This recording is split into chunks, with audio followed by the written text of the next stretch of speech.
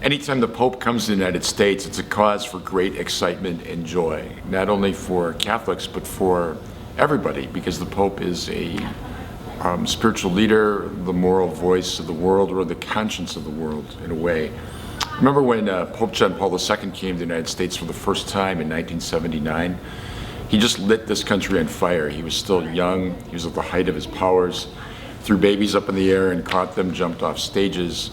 And his message just really inspired me. I was 16 years old, and he was talking often to the young people of America, and I was beginning to think about the priesthood. And he called us to radical fidelity to Christ, told us to listen to that voice of God within and to respond. And he said, some of you are being called to the priesthood. And I felt like he was personally calling me to be a priest of Jesus. It's a moment that will always remain in my heart. In 2008, I was blessed to be on the South Lawn of the White House when Pope Benedict visited President Bush, and there were 10,000 people. It was the largest gathering in the history of the United States on the White House lawn. They both gave speeches. It was the Pope's birthday. They rolled out this huge cake. Pope and President went up to the upper balcony in the South Portico, and we all sang happy birthday to the Pope.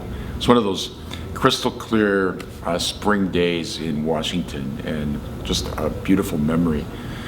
This go around, I'm going with 3 busloads of pilgrims from our Diocese of Gary to Philadelphia for the Papal Mass, and we'll be doing a lot of praying and have Mass every day and reflect on Jesus' message for us, but it'll also be fun. We'll be doing a lot of activities in Philadelphia, joining well over 1 million people for the final Mass on Sunday. It can't be more exciting or invigorating than that. So we carry with us all the prayers of the people here in Gary, and we will listen with great interest to what the Pope has to say to us, because it's really ultimately not about the Pope.